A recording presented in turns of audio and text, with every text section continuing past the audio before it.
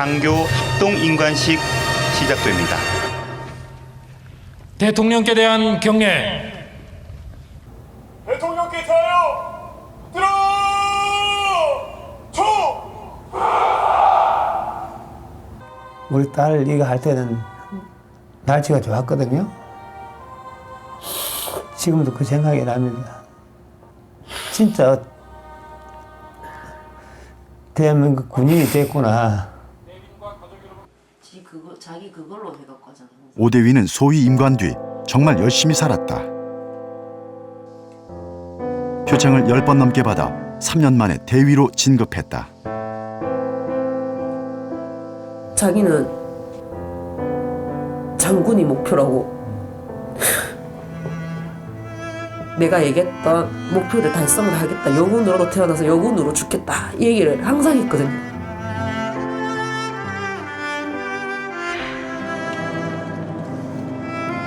대위 진급과 함께 강원도 화천으로 발령이 났다.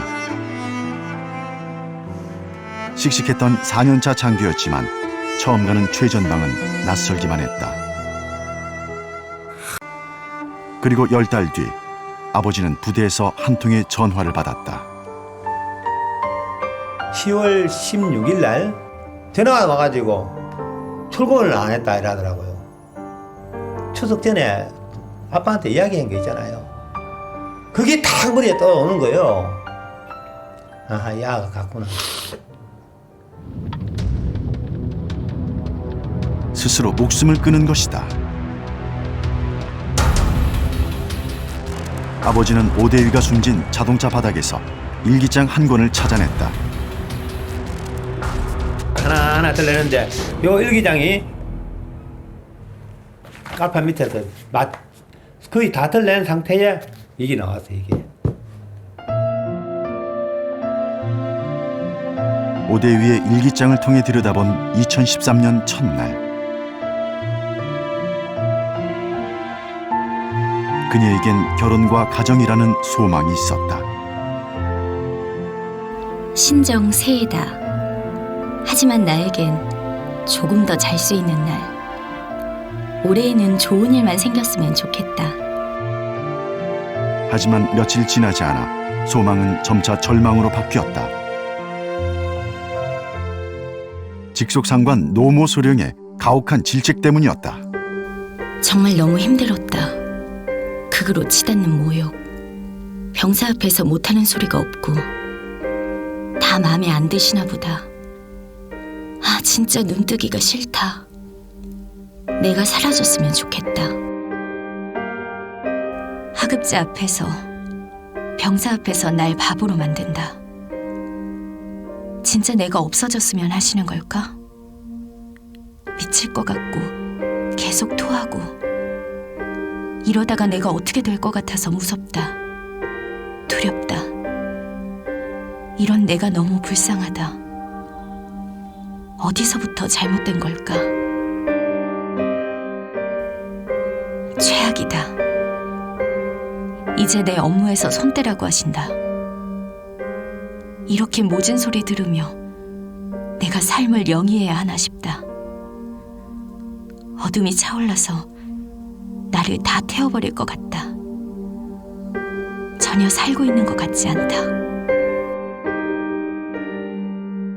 과중한 업무 지시가 계속 이어졌다. 더욱 참을 수 없는 건 계속되는 모욕이었다. 이번 주 정말 힘들었다. 나보고 정신지체 장애인, 여자 소란다. 제대로 확인 못해서 또 정신지체 장애인. 급기야 성희롱도 이어졌다. 수치스러운 이야기를 들었다. 농담이라고 할지라도 나랑 잘래? 이건 심하지 않는가? 치욕적이다. 저 사람은 도대체 날 얼마나 우습게 보면 저런 저질 B급 발언을 서슴지 않고 하는 것일까? 맘 같아선 확 찌르고 싶지만 완전히 끝낼 수 없다면 소용없는 것이란 걸 알고 있기에 말하지 못하겠다. 정도가 넘어서고 있다. 참모님은 성과 관련된 농담을 지나치게 좋아하신다. 남자친구와 성관계할 때 전화하면 안 좋을 거 아니냐. 성관계를 문란하게 하면 저런 병 생기지. 여자란 자고로 몸 관리 잘해야 해. 라고 말한다. 자신이 부대 내 여성 고충 상담관이었지만 정작 자신은 상담할 사람이 없었다.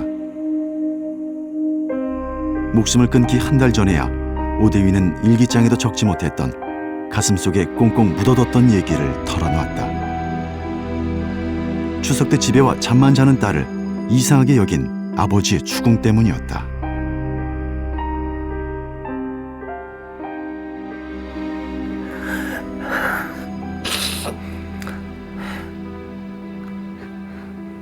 눈물을 뚝뚝 흘리면서 아빠 너무 힘들어요. 하게 눈물을 뚝뚝 흘립니다.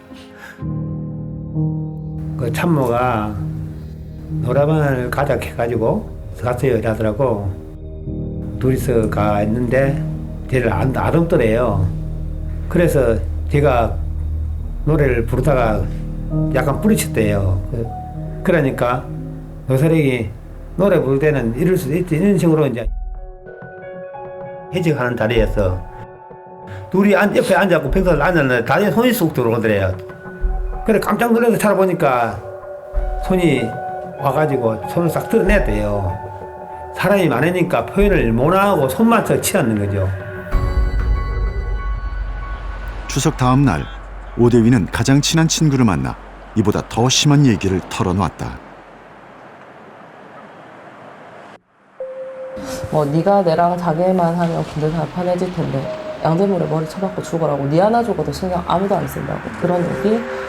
그리고 뒤에서 끌어안고 만지고 회식 때 술자리에서도 만지고 그때 막 울면서 수치심을 느낀다고 얘기도 했었고. 그리고 한 달 뒤 오대위는 유서를 남긴 채 영영 떠나갔다. 여군. 그놈의 여군 비하 발언 듣기 싫고 거북했습니다. 저만 혼내면 되지 왜 전군의 여군을 싸잡아서 그러십니까? 영원히 저주할 겁니다. 저를 이렇게 몰고 간 당신을. 제 이 억울함 제발 좀 풀어주세요. 누구라도. 저는 명예가 중요한 이 나라의 장교입니다. 가해자 노소령은 구속됐다. 오대위처럼 성적 모욕을 당했다며 다른 여군 4명도 노소령을 고소했다. 여론이 들끓기 시작했다.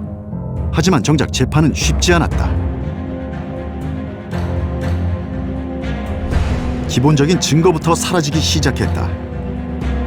가해자인 노소령 지시로 밥 먹듯이 야근을 해야 했던 오대위의 위병소 출입 기록이 지워졌다는 것이었다. 반면 노소령은 부대에서 받았다며 오대위가 매일 같은 시각 퇴근했다는 기록을 제출했다.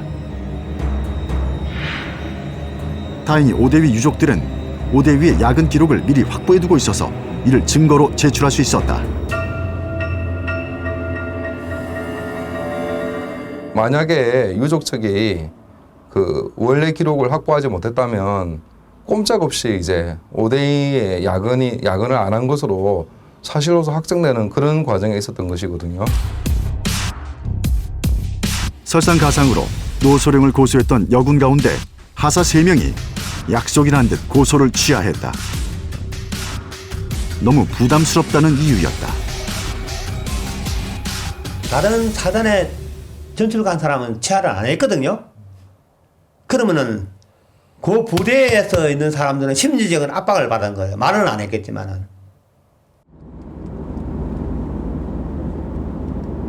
유족들에 대한 회유도 이어졌다. 부대 현장 검증이 있던 날, 유족들은 부사단장으로부터 황당한 얘기를 들었다. 오대위의 영혼을 접했다는 한 여성의 말에 따라 부대에서 천도제를 지냈다는 것이었다. 부사단장은 그리곤 죽은 오대위의 영혼이 이 여성에게 했다는 말을 유족에게 전했다. 노소령을 풀어주라. 더 괴롭히지 마라. 아빠 몸 다치니까 괴롭히지 마라. 그리 말을 하더래요. 부대찌개 오대위의 영혼을 빌미로 가해자 선처를 종용한 것이다. 군대지만 또 어떻게 그렇게 말을 그렇게 합니까? 안 그렇습니까? 무당이 그렇게 말을 하도 자기가 그렇게 말을 하면 안 되지, 그거에. 부사단장은 발언 사실을 인정하면서도 선처를 종용한 것은 아니었다고 해명했다. 마음 아픈 부모를 상담해 줄까 이런 차원에서 이야기를 했지. 저는 뭐 여기에 고소를 취하라고 말을 한 적도 없고 그냥 용서하라고 말한 적도 없고. 하지만 다행히 재판 과정에서 노소령의 성추행과 폭언에 대한 증언이 쏟아져 나왔다. 피고인이 탄띠의 끈 길이를 조정해 준다면서 어깨랑 등을 쓰다듬는 것을 봤습니다. 아들이 아버지한테 하는 어깨 주무르는 것은 아니었습니다. 오대인님 표정은 굳어 있었고 언짢아하는 것으로 보였습니다. 하루는 갑자기 참모님이 오대인님한테 접근을 해서 많이 힘들지? 하면서 어깨를 주물렀습니다. 오대인님은 몸을 웅크리고 고개를 푹 숙이고 당황해하는 표정을 지었고 미간을 찌푸리고 계셨습니다. 피고인이 오대위에게 자는 시간 빼고 거의 하루 종일 같이 있는데 내 의도도 모르냐? 같이 자야지 않아? 같이 잘까라고 말했고 모아 사는 얼굴에 새끼가 있다. 병원 다니는 여하살의 지칭에선 남자랑 많이 자서 성관계가 문란해서 저런 병이 생긴다. 여자는 몸 관리를 잘해야 한다고 말했습니다. 노소령은 업무와 관련해 오대위를 질책한 적은 있지만 성추행 등은 없었다며 대부분의 혐의를 부인했다. 군장 착용 때 옷 매무새를 도와준 적은 있지만 증언과 같은 일은 없었습니다. 어깨에 주무른 적은 있지만 증언과 같은 날은 아니었습니다. 농담으로라도 나랑 잘래 한 적 없습니다.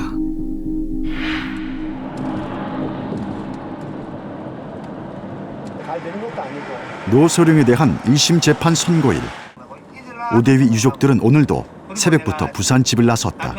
여기 왔다 갔다 하시려면은 몇 시간 걸린다고요? 늦어도 새벽 5시에 출발해야 춘천까지 9시까지 도착한다 아닙니까? 우리 집사람이 위암 투병 중인데 식사도 못하고 눈물 흘리면서 배가 아프다고 자꾸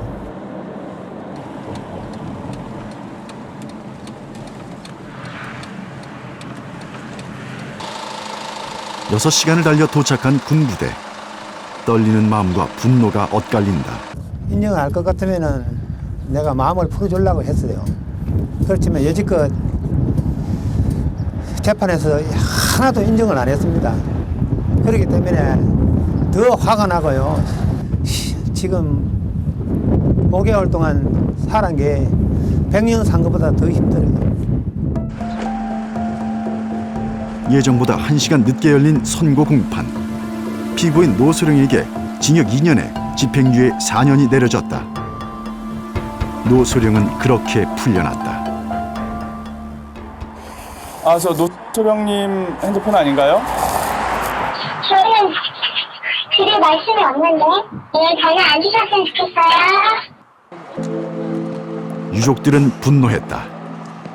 약한 정도가 아니죠. 사회 같으면 이래 하겠어요. 군대니까 이러지. 다 따고치는 북이라. 우리 딸이 하늘나라에 보면은 담을 못 잡깁니다. 담을. 절대 용납 못 합니다. 저는.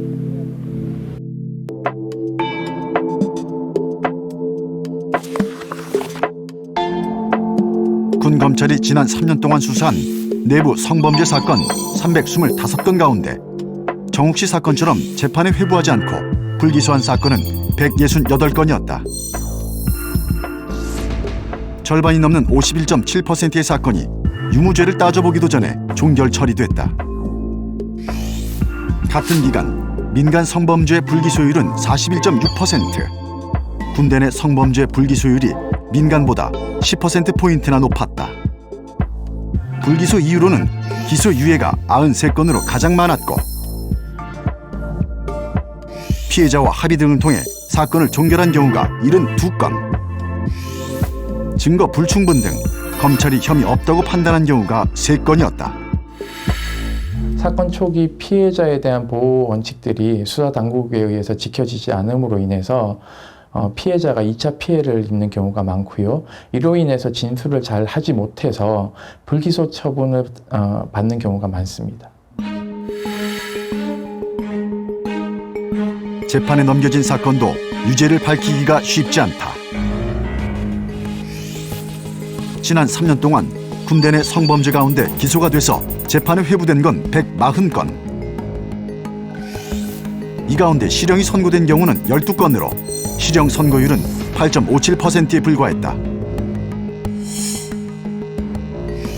이에 비해 민간인 성범죄 실형 선고율은 무려 36.6%로 군보다 엄격하게 성범죄를 처벌했다. 반면 금고 이상의 형을 선고하고도 형 집행을 유예한 집행유예는 군사재판의 경우엔 42.1%, 민간재판은 25.3%에 불과했다. 선고유예 역시 군사재판은 10%, 민간재판의 경우엔 겨우 0.6%로 나타났다.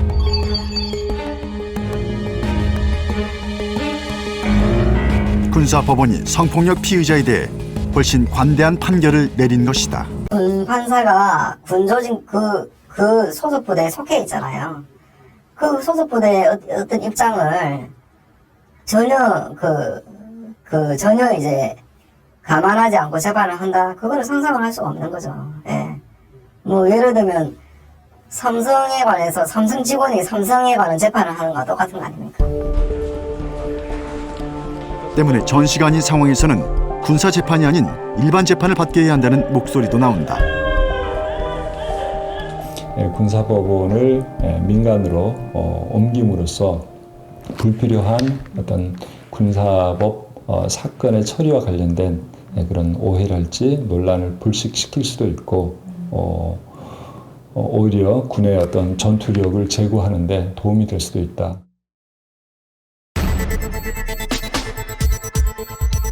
지난 2001년 여군 전투병 입대를 허용한 독일군. 전체 병력의 10%가 여군이다. 여군 비중이 높아지면서 최근 들어 군대 내 성범죄 문제가 대두되고 있다. Es gab natürlich im Kameradenkreis die ein oder anderen Fälle, dass Frau oder Mann Interesse am anderen Geschlecht hatten, die es dann auch gezeigt haben und das aber nicht auf Gegenseitigkeit beruht hat.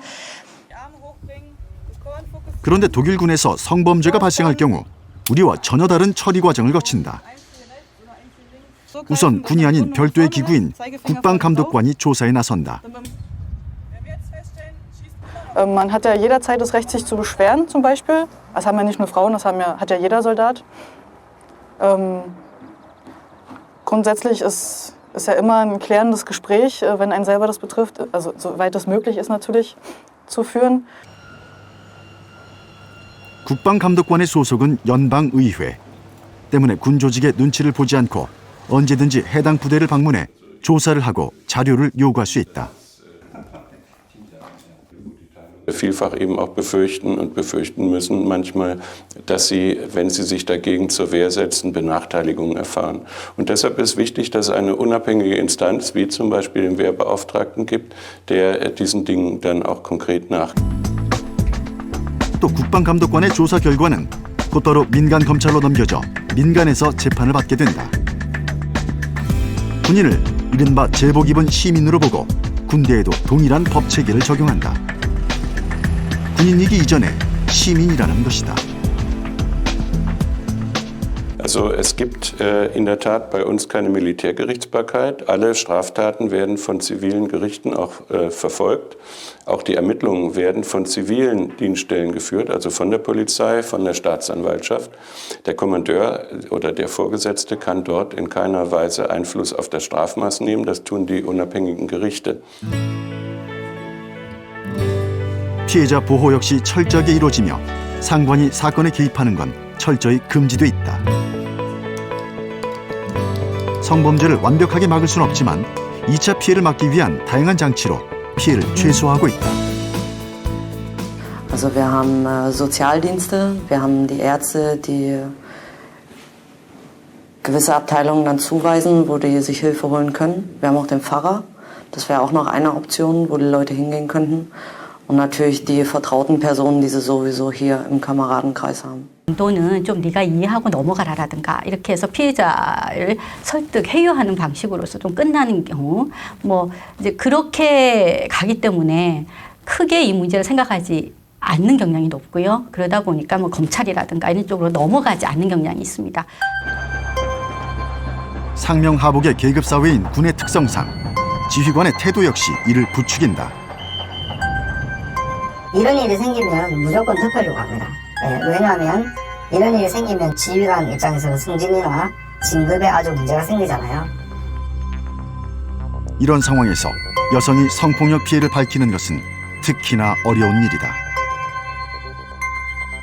쟤 때문에 옷 벗었다, 아니면 쟤 때문에 진급이 안 됐다, 이런 꼬리표가 따라다니기 때문에 그럼 전 졸지에 피해자인데 제가 그 사람의 진급의 발목을 잡는 가해자가 돼버리는 거예요. 결국 성폭력 피해자들의 선택은 더욱 극단으로 치닫게 된다.